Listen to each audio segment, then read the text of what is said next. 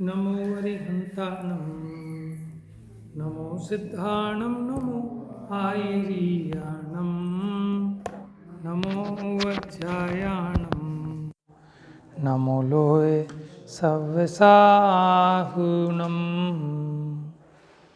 एष सुरासुरमणुषिन् वन्दितं धोदघायिकममलम् प्रणमामि वड्डमाणं तित्थं धम्मस्य कर्तारम्। प्रवचन सार जी मंगलाचरण 5 गाथाओं में किया, तो छठी गाथा में तुरंत प्रश्न पूछा, क्योंकि 5वीं गाथा में कहा था, देखिए पेज नंबर आप निकालिए, मेरे में तो 5 नंबर पेज है, मूल ग्रंथ में खोलना है, प्रवचन सार जी है ना, हाँ 5 नंबर पेज निकालो इसका, आगे आगे आगे बढ़ो, जहाँ गाथा होगी, गाथा निकालनी आ गई ना आपको, और आगे बढ़ो, 5 नंबर की गाथा, पेज नंबर क्या है? 5 है। भाई साहब आपके ग्रंथ में मिली क्या? 6 नंबर पेज पे है, गाथा मिल गई 5 नंबर, सबसे ऊपर लिखी है। आपको मिली क्या आंटी जी? गाथा नंबर 5 दिख रही है? कौन सा नंबर पेज है आपका? तो आपके में भी 6 है, आपके में नहीं, इसका नहीं, ये है मूल ग्रंथ।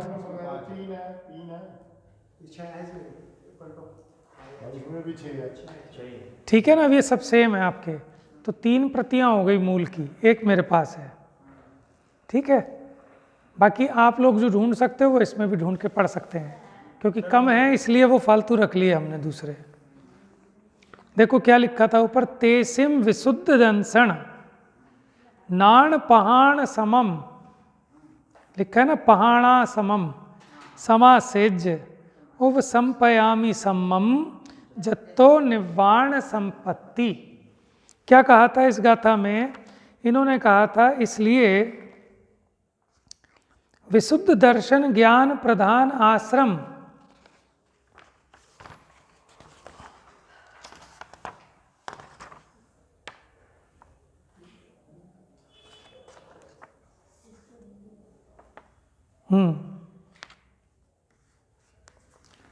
तो तेसिम विशुद्ध दर्शन नान, यानी विशुद्ध दर्शन, नान माने ज्ञान, पहान माने प्रधान, आसमम यानी आश्रम, समासेज्य, समासेज्य का मतलब है प्राप्त करके, उव संपयामी सम्मम, उव संपयामी माने प्राप्त करता हूँ, किसको?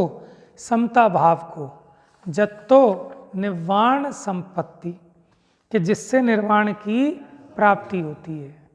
तो देखो 4 गाथाओं में उन्होंने नमस्कार किया, 5वीं गाथा में क्या कहते हैं कि मैं उनके विशुद्ध दर्शन ज्ञान प्रधान आश्रम को प्राप्त करके समता भाव को प्राप्त करता हूँ, कि जिससे निर्वाण की संपत्ति मिलती है। ठीक है, विशुद्ध दर्शन ज्ञान प्रधान है आश्रम जिनका। आश्रम किसको कहते हैं? रहने के स्थान को आश्रम कहते हैं, जिसका आश्रय लिया जाए, आश्रम। तो यहाँ आश्रम का मतलब क्या लेना? चारित्र। ठीक है, तो अगली गाथा में तुरंत पूछा, आगे आ जाइए आप, 6 नंबर की गाथा।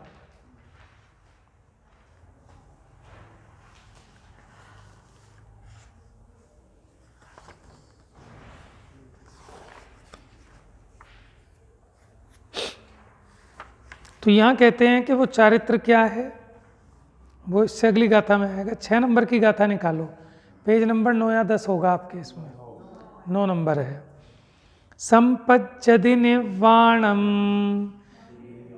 देवासुरमणुयराय विहवेहिम जीवस्य चरितादो दंसण नाणपहाणादो।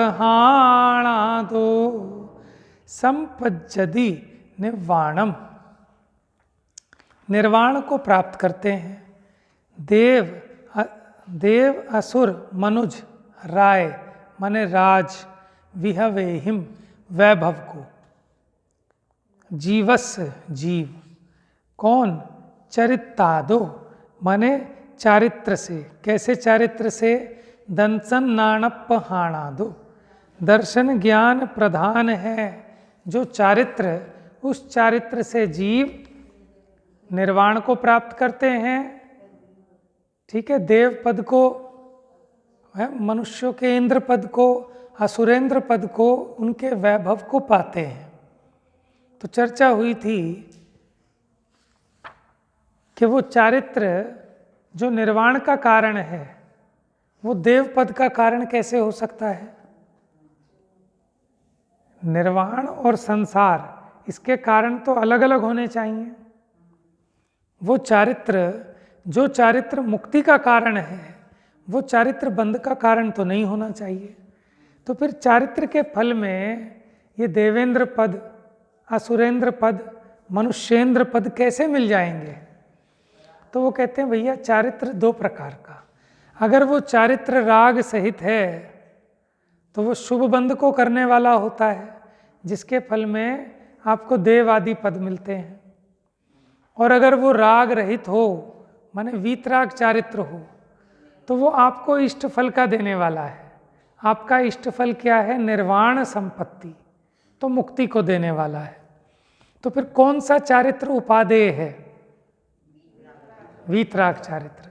सराग चारित्र आता है, क्यों कि जैसे मुनि बन गए, अब मुनि बनने के बाद हो सकता है कि मोक्ष जाने में अंतर्मूर्त में चले जाएं, हो सकता है कि लगभग 1 कोटि पूर्व तक है यही संसार में रहें मुनि होने के बाद भी। तो शुद्धोपयोग में तो इतना लंबा काल जाएगा नहीं, शुभोपयोग भी होगा, भले ही नहीं चाहते, लेकिन फिर भी सराग चारित्र आ पड़ता है, लेकिन उसको हे समझते हैं ज्ञानी। ठीक है, तो यहाँ सराग चारित्र और वीतराग चारित्र में बताया कि वीतराग चारित्र उपादेय है, क्योंकि उससे हमें निर्वाण संपत्ति यानी अपने इष्ट फल की प्राप्ति होती है। फिर पूछा, किससे, हाँ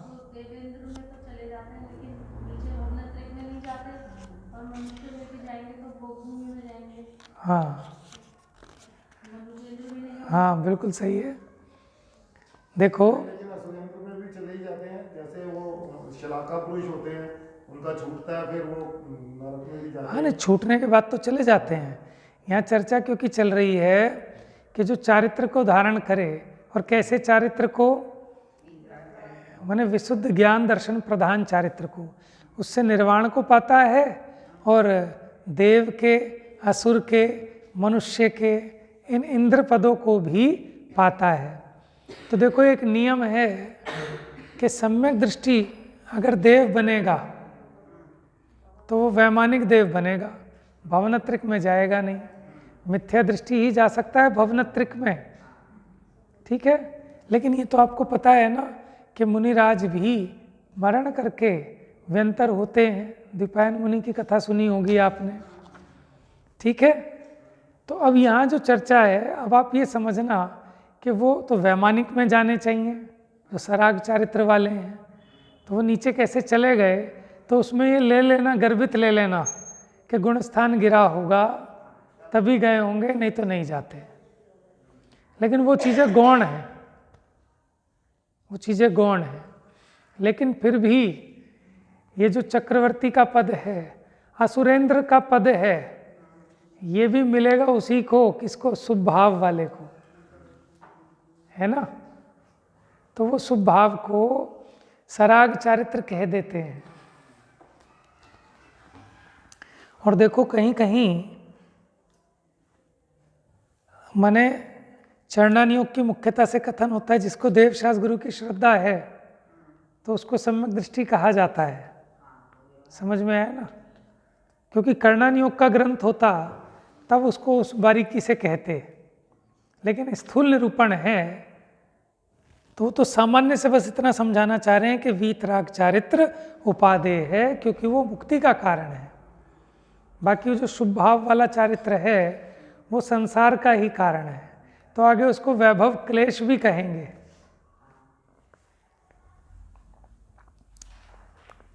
तो इन्होंने कहा था नीचे टीका में कि वो जो देवेंद्र, असुरेंद्र, नरेंद्र के वैभव नहीं, वैभव क्लेश को और बंध की प्राप्ति होती है, इसलिए मुमुक्षुओं को वीतराग चारित्र ही उपादेय है, श्रद्धा अपेक्षा। वो तो आएगा तो आएगा। अब इसीलिए तो कोई मुमुक्षु सोचे कि साहब मैं मंदिर नहीं जाऊंगा, कि क्यों, कि मंदिर जाऊंगा तो फिर शुभ भाव हो जाएगा, शास्त्र भी नहीं पढ़ूंगा, क्योंकि शास्त्र पढ़ूंगा तो शुभ भाव हो जाएगा, और जो शुभ भाव है वो बंध का कारण है। समझ में आया? तो मुमुक्षुओं को तो वीतराग चारित्र ही चाहिए, सराग चारित्र तो नहीं करना। तो फिर भैया अगर तू इस सराग चारित्र से बचने के चक्कर में तू ये सोच शुभ में तो नहीं जा रहा, लेकिन तू घर पे बैठा है, टीवी देख रहा है, खाना खा रहा है, बच्चे खिला रहा है, दुकान पे बैठा है, ये तो अशुभ में जा रहा है। ठीक है ना? जब तक शुद्ध ना हो, जब तक वीतराग भाव ना हो, तब तक प्रशस्त राग रूप प्रवर्तन करो, ऐसा पंडित टोडरमल जी ने लिखा। लेकिन श्रद्धान में तो उसे भी हे ही जानो। देखो, सम्यक दृष्टि के भी शुभ भाव होता है और मिथ्या दृष्टि के भी शुभ भाव होता है, लेकिन दोनों में फर्क है। सम्यक दृष्टि तो उसे दंड रूप देखता है और मिथ्या दृष्टि उसमें आनंद देखता है। उदाहरण दिया टोडरमल जी ने, जैसे किसी को 1000 रुपये का दंड होता था तो वो 500 रुपये देकर हर्ष मनाता है। तो हर्ष 500 रुपये देने का नहीं है, जो 500 रुपये बचे उसका हर्ष है। लेकिन कोई मूर्ख हो, अज्ञानी हो, तो वो 500 रुपये देने का हर्ष मनाए, वो तो बेवकूफ़ है। समझ में आया? अब क्या है, ज्ञानी को शुभ भाव होता है तो वो उसमें प्रसन्न भी होता है। तो शुभ भाव हुआ इसलिए प्रसन्न नहीं हुआ, वो तीव्र कषाय से बचा, इसका हर्ष है। और बुद्धि में तो वो 500 भी बच जाएं तो बढ़िया है। जैसे पुलिस वाले ने रोका, ट्रैफिक वाले ने, कि लाओ साहब हेलमेट नहीं है, लाओ 1000 रुपये निकालो। अरे बाबूजी देख लो, गरीब आदमी है, गलती हो गई, आगे से नहीं होगी, थोड़ा डिस्काउंट कर दो, माफ़ कर दो। अच्छा ला, चल 200 रुपये दे, चल। हम बड़े खुश होकर आते हैं, भाई वाह भाई वाह, मज़ा आ गया आज तो मज़ा आ गया। कि नहीं, मज़ा इस चीज़ का नहीं कि 200 रुपये लग गए, मज़ा इस बात का है कि 800। ठीक है? तो इसी प्रकार सम्यक दृष्टि को शुभ भाव में लगने का आनंद नहीं है, वो तीव्र कषाय से, अशुभ भाव से बचा, इसका आनंद है। लेकिन वो चाहता तो ये है कि ये 200 भी ना जाएं, लेकिन 1000 जाते थे तो 200 देकर काम निपटाता है। तो इसी प्रकार सम्यक दृष्टि एक शुद्धोपयोग चाहता है, कोई दंड नहीं चाहता। लेकिन तीव्र दंड से मंद दंड भला है ऐसा मानकर तीव्र कषाय की अपेक्षा मंद कषाय रूप प्रवर्तन करता है, लेकिन उसको धर्म नहीं मानता। और जो उसको धर्म मान ले तो वो वैसे ही मूर्ख हो गया कि जो 200 रुपये देने में मज़ा आया ना, कल फिर देके आइयो 200 रुपये, रोज़ देखे आ 200 रुपये, मज़ा आता है तो ठीक है। लेकिन कोई छल भी ना ग्रहण करे कि साहब अपने को तो शुभ भाव रूप प्रवर्तन नहीं करना, क्योंकि वो तो बंध का कारण है। कि ठीक है, बंध का कारण है, लेकिन अशुभ से बचने के लिए तीव्र बंध से, तीव्र बंध की अपेक्षा मंद बंध भला है। अपेक्षा से भला कह रहे हैं।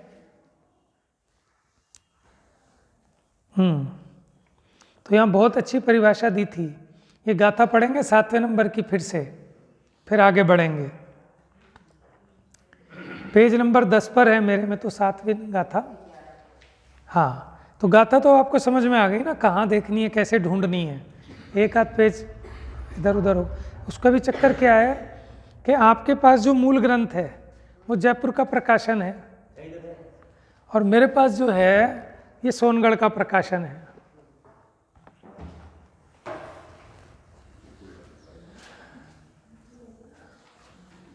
चलिए गाथा पढ़ते हैं। चारित्तम खलु धम्मो सो समोत्तिणे दिट्ठो मोह खोह विहीणो परिणामो अपनो हुसमो। क्या पूछते हैं? चलो नीचे भी पढ़ो अनुवाद, मैं मूल में से पढ़ रहा हूँ। ये गुजराती का हिंदी अनुवाद है। चारित्र छे ते धर्म छे, जे धर्म छे ते साम्य छे, ने साम्य जीवनो मोह क्षोभ विहीन निज परिणाम। आपके में नहीं मिलेगा, आपका अलग जगह से छपा हुआ है, आगास का है। नीचे गुजराती भाषा में। हाँ, ये गुजराती से हिंदी में कर दिया ना उसका। 6 क्या कहते हैं? देखो प्राकृत से समझो, आप हिंदी छोड़ो, प्राकृत से समझो। भाई साहब आपको नहीं मिला इसमें? गाथा नंबर 7 प्राकृत के ऊपर लिखी है जो। चारित्रम खलु धम्मो, चारित्र ही धर्म है। क्या है चारित्र? कि चारित्र ही धर्म है। और धम्मो, ये धर्म क्या है? कि पानी छान के पीना, मंदिर आना, दान देना। हम तो ऐसे सुनना चाहते हैं, लेकिन क्या कहते हैं कुंदकुंद आचार्य देव? जो सो सम्मोत्ति समता इति निर्दिष्टो, कि धर्म किसको कहा गया है? निर्दिष्ट। निर्दिष्टो माने निर्दिष्ट। किसको? कि समता भाव को धर्म कहा गया है। किसने कहा है? कि भगवंतों ने, आचार्यों ने। तो चारित्र क्या है? कि चारित्र धर्म है। तो धर्म करना है ना, तो चारित्र करो। लेकिन ये धर्म क्या है? कि समता भाव। समता भाव, ये समता क्या है? मोह खोह विहीणो। मोह माने दर्शन मोह, खो माने क्षोभ क्रोध, वो चारित्र मोहनीय का भेद है। तो दर्शन मोह और चारित्र मोह, इनके निमित्त से होने वाले जो परिणाम हैं जीव के, यानी मोह और कषाय के परिणाम से रहित, परिणामों अपनो, आत्मा का परिणाम हु समो, वो समता है। तो क्या कहा? चारित्र इज इक्वल टू धर्म, और धर्म इज इक्वल टू समता भाव। समता माने मोह और क्षोभ से रहित आत्मा का परिणाम, वो समता है। तो अगर प्रकरांतर से देखें तो आत्मा का परिणाम वो धर्म है, लेकिन कैसा परिणाम? मोह और क्षोभ से रहित, मोह राग द्वेष से रहित परिणाम वो धर्म है। तो मोह राग द्वेष से रहित परिणाम को वीतराग परिणाम कह सकते हैं। मोह क्षोभ से रहित कहो अथवा वीतराग कहो। तो वीतराग है वो, तो वीत मोह तो है ही। तो इसका मतलब वीतराग भाव, उसका नाम धर्म है, यानी वीतरागता ही चारित्र है, मोह राग द्वेष से रहित। अब आप ये देखो कि हमने अपने कितने मोह राग द्वेष को जीता। जितने अंश में हम मोह राग द्वेष को जीत लेंगे, उतने अंश में धर्म होगा। दुनिया के कहने से नहीं। दुनिया कहते साहब मनोज धर्मात्मा है, तो इससे कोई धर्मात्मा का लाभ मिल जाएगा, सुख मिल जाएगा। तो वो सुख, वो निराकुलता, जितने अंश में आप मोह राग द्वेष से रहित होंगे, माने उतने अंशों में आपको समता भाव आया, उसी का नाम धर्म है, और वही चारित्र है। ये बहुत बड़ी बात कह दी है कहकर, क्योंकि सारा जगत ये तो मानता है कि भाई सब कुछ चारित्र करो तो धर्म होगा। खाली ये पढ़ने बैठ गए, इससे कोई धर्म होता है? कि कुछ चारित्र करो। तो चारित्र में क्या करें? कि ठंडी हो रही है ये मत पहना करो, तो धर्म होएगा। समझ में आया? ये टोपा लगा ले तो टोपा मत लगाओ, तो धर्म होएगा।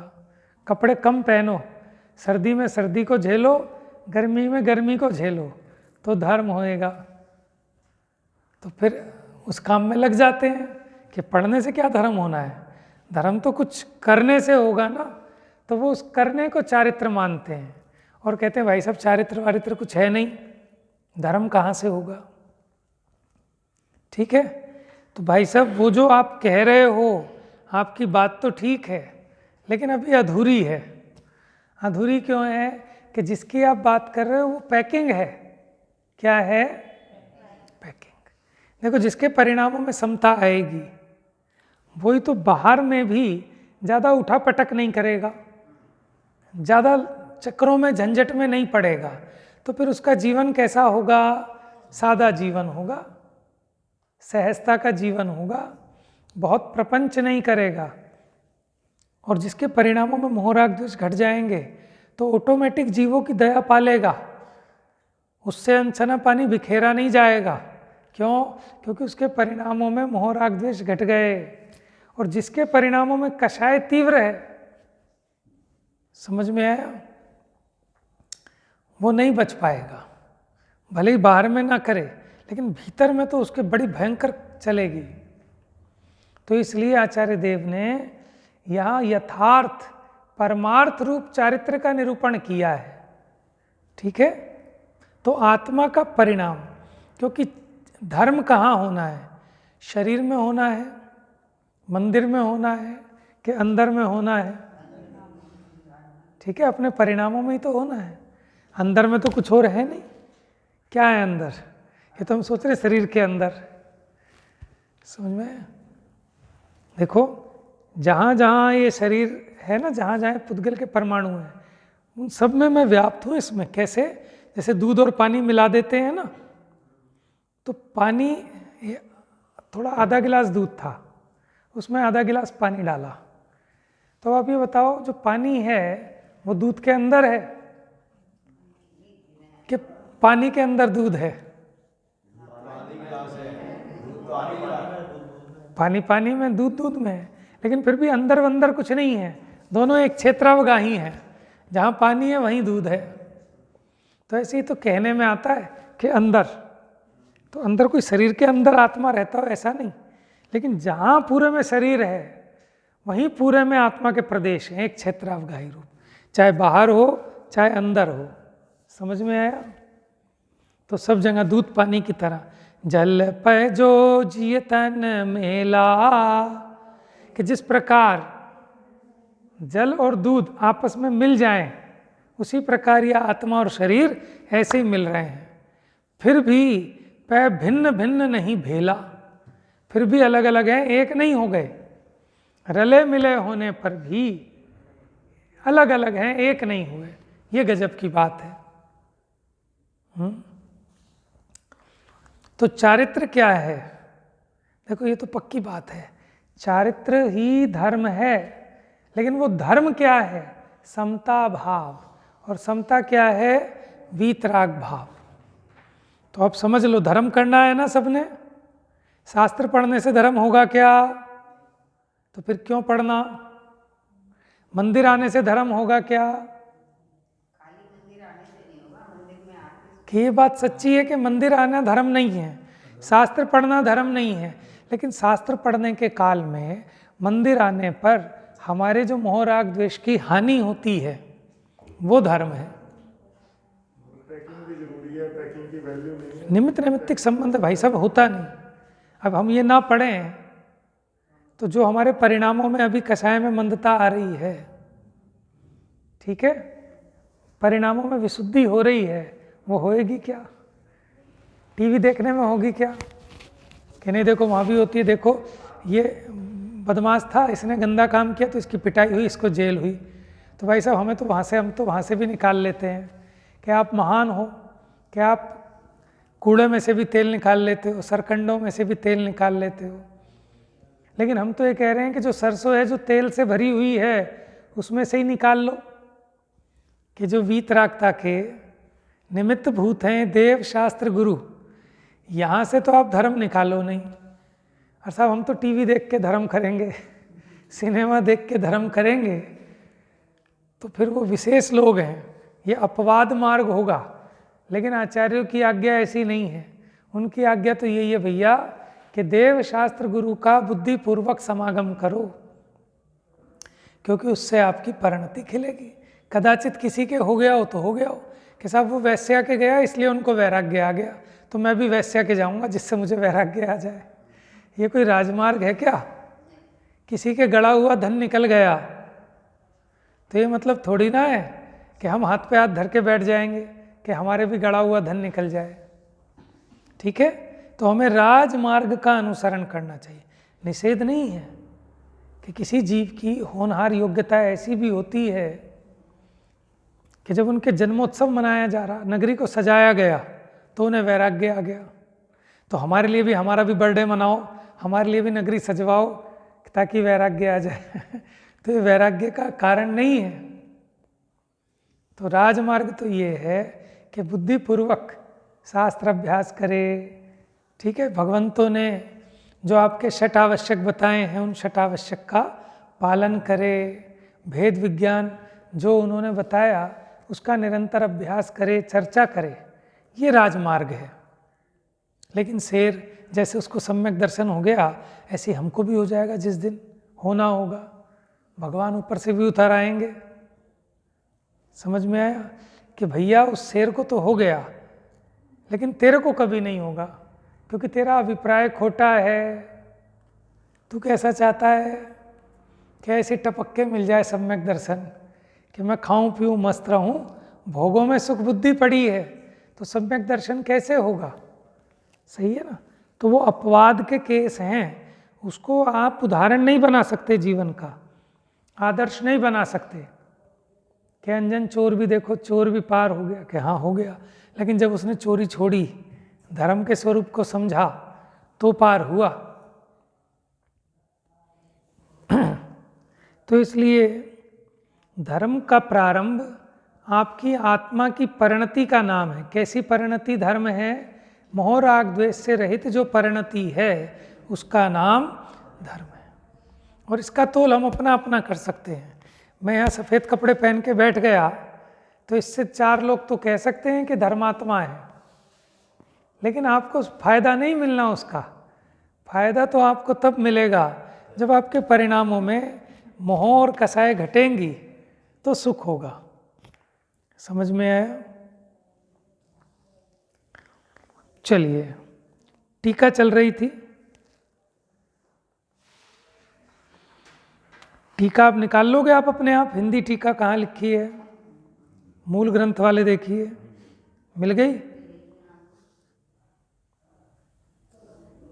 देखिए, स्वरूप में चरण करना, स्वरूप में चरण करना सो चारित्र है। स्वरूपे चरणम चारित्रम, इतनी तो बात ठीक है ना? चरण करना यानी आचरण करना, वो चारित्र है। लेकिन कहाँ? चरण का मतलब होता है लीन होना। जैसे ब्रह्मचारी, जो ब्रह्म स्वरूप में लीन होते हैं वो है ब्रह्मचारी।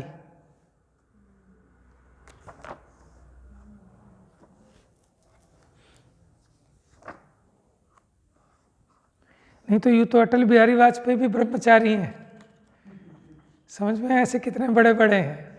तो यहाँ ब्रह्मचारी का मतलब ब्रह्म माने आत्मा, और जो उसमें चर्या करे, उसमें लीन रहे, वो ब्रह्मचारी है। तो स्वरूप में चरण करना, रमना, सो चारित्र है। स्व समय में प्रवृत्ति करना यानी अपने स्वभाव में, अपने स्वरूप में प्रवृत्ति करना। अब कैसे करें स्वरूप में प्रवृत्ति? हमें क्या लगता है, तो जैसे चलना, ठीक है, अपने स्वरूप में क्या कैसे करोगे बताओ? आप क्या समझते हो?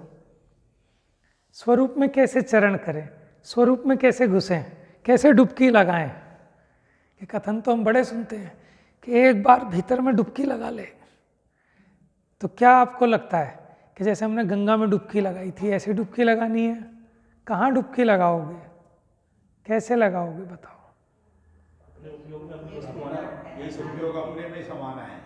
यहाँ जो कह रहे हैं अपने स्व समय में प्रवृत्ति करना, अपने स्वरूप में प्रवृत्ति करना, इसका मतलब क्या है? कैसे? ये तो पूछ रहा हूँ, कैसे रमोगे? हैं?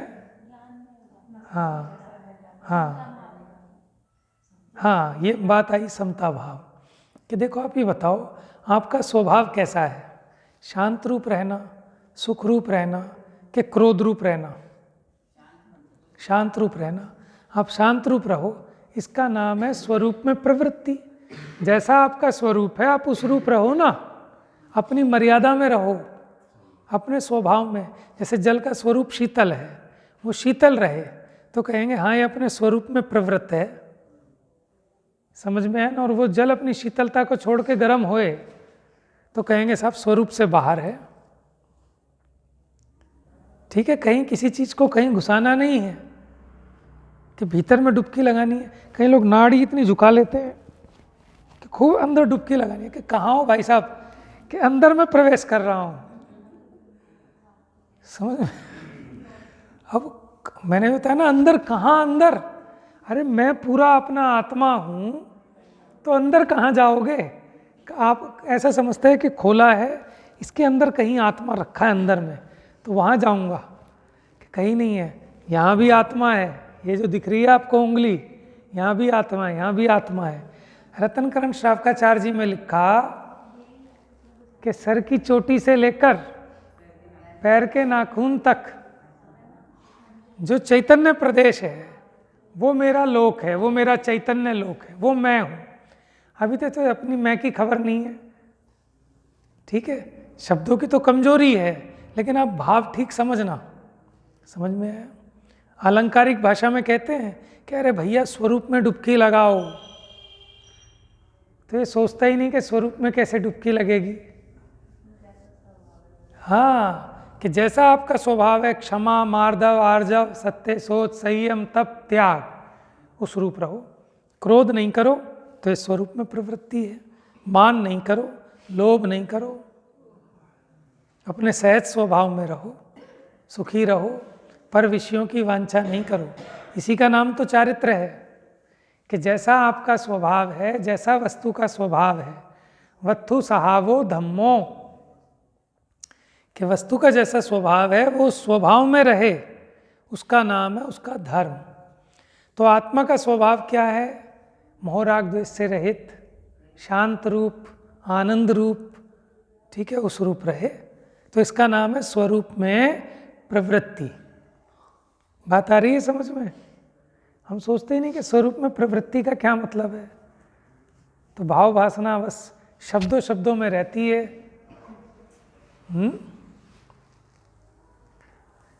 यही वस्तु का स्वभाव होने से धर्म है, क्योंकि वस्तु का स्वभाव क्या है कि जो वस्तु जैसी है उसका जो स्वरूप है वो उस रूप रहे, यही धर्म है। शुद्ध चैतन्य का प्रकाश करना, यह इसका अर्थ है। वही यथावस्थित आत्मगुण होने से साम्य है। एक होता है साम्य, एक वैषम्य। वैषम्य माने विपरीतता, ठीक है। साम्य माने जैसा इसका स्वरूप वैसा रहे, इसका नाम है साम्य। और साम्य दर्शन मोहनीय और चारित्र मोहनीय के उदय से उत्पन्न होने वाले समस्त मोह और क्षोभ के अभाव के कारण अत्यंत निर्विकार, माने विकार से रहित, ऐसा जीव का परिणाम, माने निर्विकार परिणाम, वीतराग परिणाम, वो समता भाव है। और समता ही धर्म है, और धर्म ही चारित्र है।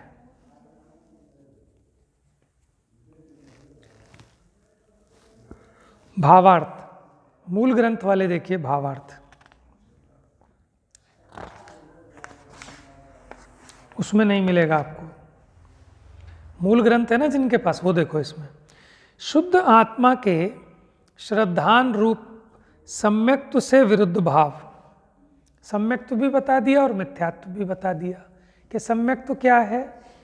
शुद्ध आत्मा के श्रद्धान रूप सम्यक्त्व, उससे विरुद्ध भाव वो कहलाता है मिथ्यात्व, मोह है।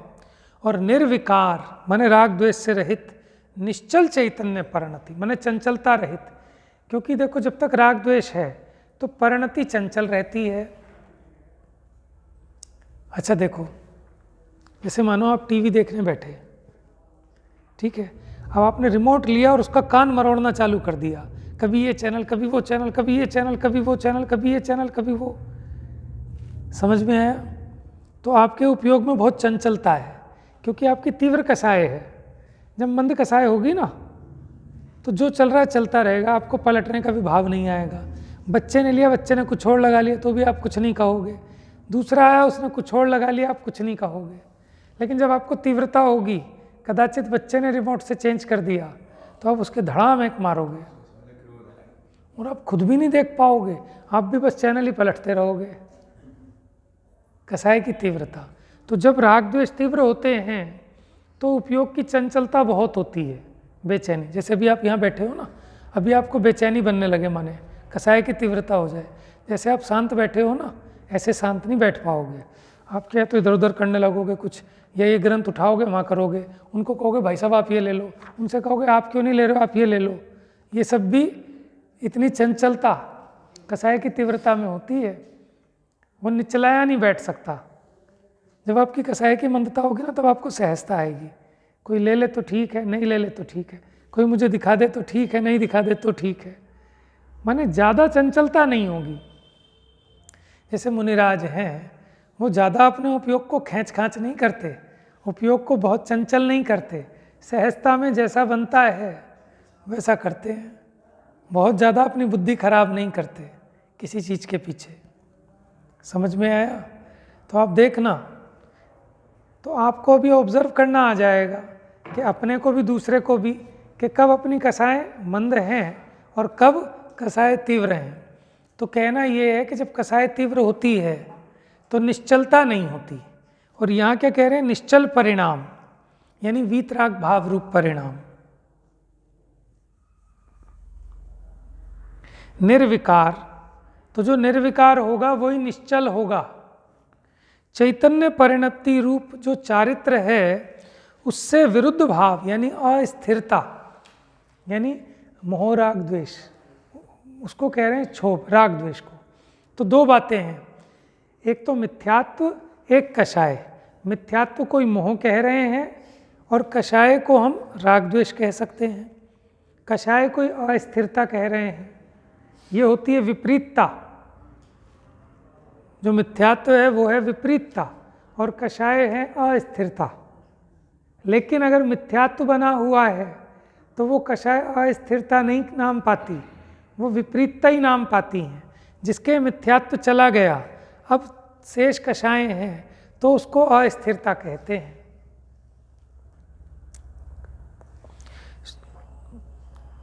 मोह और क्षोभ रहित परिणाम, साम्य, धर्म और चारित्र, यह सब पर्यायवाची है।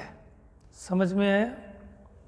तो इसमें बता दिया, आपका तो कोर्स खत्म कि धर्म करना है सबने। तो आचार्य देव ने बता दिया भैया धर्म ऐसे होता है, और उस धर्म का फल क्या होता है? जत्तो निर्वाण संपत्ति, कि मुक्त हो जाओगे। काहे से? दुखों से।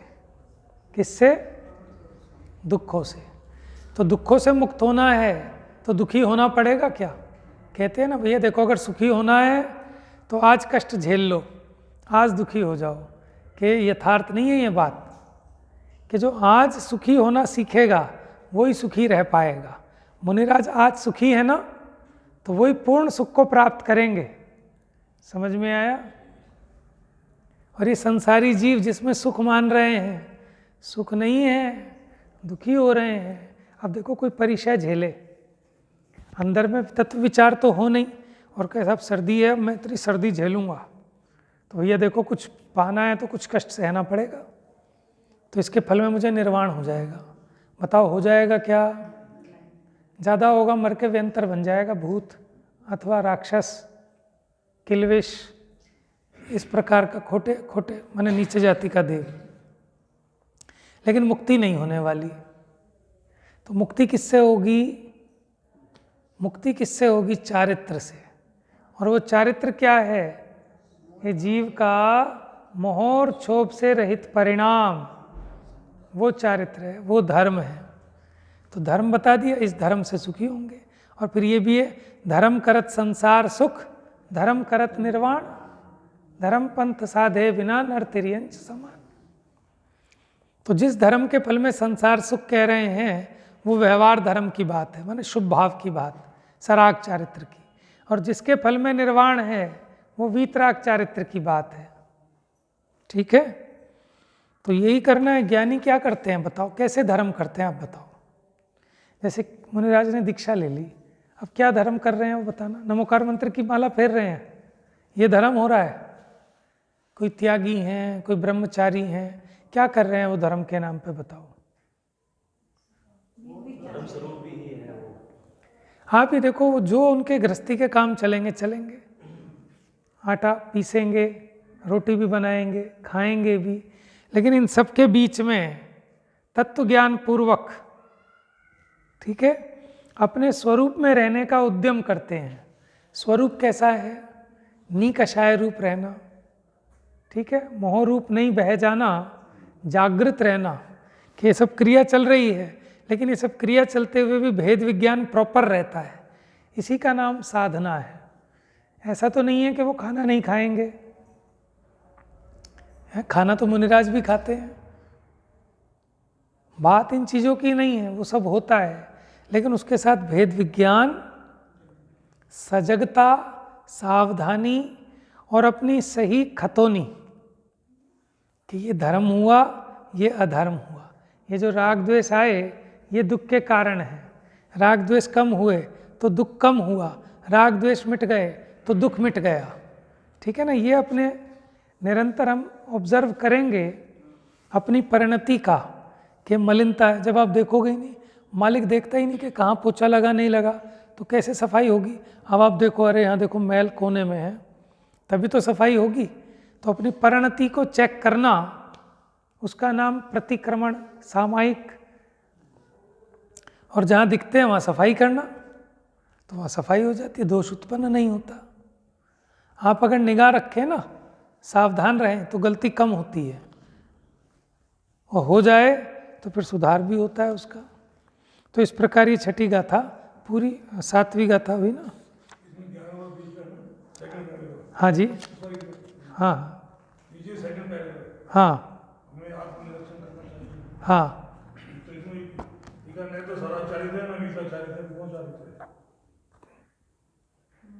हाँ। देखो क्या ये लिखा डॉक्टर साहब की टीका में कि हम जिस देह की क्रिया को चारित्र मान रहे हैं, पुद्गल की क्रिया को, शरीर की क्रिया को जो हम चारित्र मान रहे हैं, क्या वह जीव का परिणाम है? मुझे बात बताओ। शरीर संबंधी जो भी क्रिया हो रही है, जैसे हमने स्वेटर पहना, आपने स्वेटर नहीं पहना, ठीक है, हमने आज खाना खाया, आपने खाना नहीं खाया, ये जो सब शरीर की क्रिया है, ये जीव का परिणाम है कि शरीर का परिणाम है? ये तो शरीर का परिणाम है ना क्रिया। आपने सामग्री यहाँ से वहाँ चढ़ाई, ये जो शरीर का परिणाम है, तो ये ना तो सराग चारित्र है, ना ये वीतराग चारित्र है। क्या आएगा कि जो आपका शुभ भाव हुआ उसको सराग चारित्र कह सकते हैं, जो आत्मा का परिणाम है? नहीं नहीं, वो भी आत्मा का परिणाम है। जो मिथ्या चारित्र है या सम्यक चारित्र है या वीतराग चारित्र है, वो तो आत्मा का परिणाम है। लेकिन आप जिस जड़ की क्रिया को, अज्ञानी तो जड़ की क्रिया को धर्म मान रहा है ना, उसको तो परिणामों की पकड़ है ही नहीं। उसने तो देखा मुझे एक थाली, वो भी फ्री वाली, जिसमें मुट्ठी भर बादाम, मुट्ठी भर लौंग, मुट्ठी भर चावल, मुट्ठी भर ये सब चीज़, इस थाली से उस थाली में पहुंचाना। हाँ ठीक है, अभी उनका जो प्रश्न है ना, वो ये है कि वो क्रिया, वो ना तो सराग चारित्र है ना वीतराग चारित्र है। और हम तो ये कह रहे हैं कि वो सराग और वीतराग चारित्र तो है ही नहीं, वो मिथ्या चारित्र भी नहीं, वो तो जड़ की क्रिया है, वो तो पुद्गल की क्रिया है। हाँ वो तो है, लेकिन मैं तो भी उस प्रश्न का जवाब दे रहा हूँ ना। तो इसका मतलब वो जो जड़ की क्रिया है, वो जीव का ना तो चारित्र है, ना आचारित्र है, ना कुचारित्र है, ना मिथ्या चारित्र है। वो तो पुद्गल का परिणाम है, पुद्गल की क्रिया है। हाँ, अब उस पुद्गल की क्रिया को अपनी क्रिया मान रहा है, ये मिथ्या चारित्र है, मिथ्या दर्शन है। ठीक है, और सम्यक दर्शन पूर्वक, क्या कहा? सम्यक दर्शन पूर्वक अपने मोह राग द्वेष को जीतने के लिए जो इस प्रकार के शुभ भाव रूप क्रियाएं हो रही हैं, वो सराग चारित्र है, वो जीव का भाव। ठीक है, अब वो शुभ भाव से हटकर शुद्ध भाव रूप जो परिणमन है वो वीतराग चारित्र। तो चारित्र जीव का परिणाम है। अगर वो विकारी है, निर्विकारी है, विकारी दो प्रकार का, अशुभ भाव और शुभ भाव। समझ में आया?